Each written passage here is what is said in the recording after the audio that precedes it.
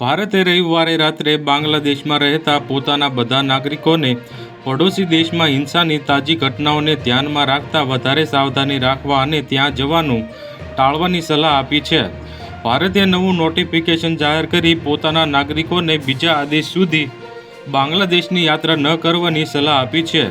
ઢાકાથી પ્રાપ્ત ખબર અનુસાર બાંગ્લાદેશના વિવિધ ભાગોમાં રવિવારે સુરક્ષા બળો અને સરકાર વિરોધી પ્રદર્શનકારીઓ વચ્ચે ભીષણ હિંસક ઝડપમાં 14 પોલીસ કર્મીઓ સહિત લગભગ 97 લોકોના મોત થયા છે. પ્રદર્શનકારી પ્રધાનમંત્રી શેખ હસીનાના રાજીનામામાં માંગ કરી રહ્યા છે.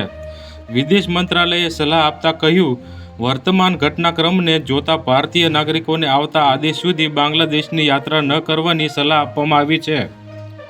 રિપોર્ટ અનુસાર બાંગ્લાદેશમાં હાજર બધા ભારતીય નાગરિકોને વધારે સાવધાની રાખવા અને પોતાના આવવા જવાને મર્યાદિત રાખવા અને ઢાકા સ્થિત ભારતીય ઉચ્ચાયોગના હંમેશા સંપર્કમાં રહેવાની સલાહ આપવામાં આવી છે. જો અમારા વિડીયો તમને પસંદ આવતા હોય તો લાઇક કરો, શેર કરો અને સબસ્ક્રાઇબ કરવાનું ભૂલતા નહીં.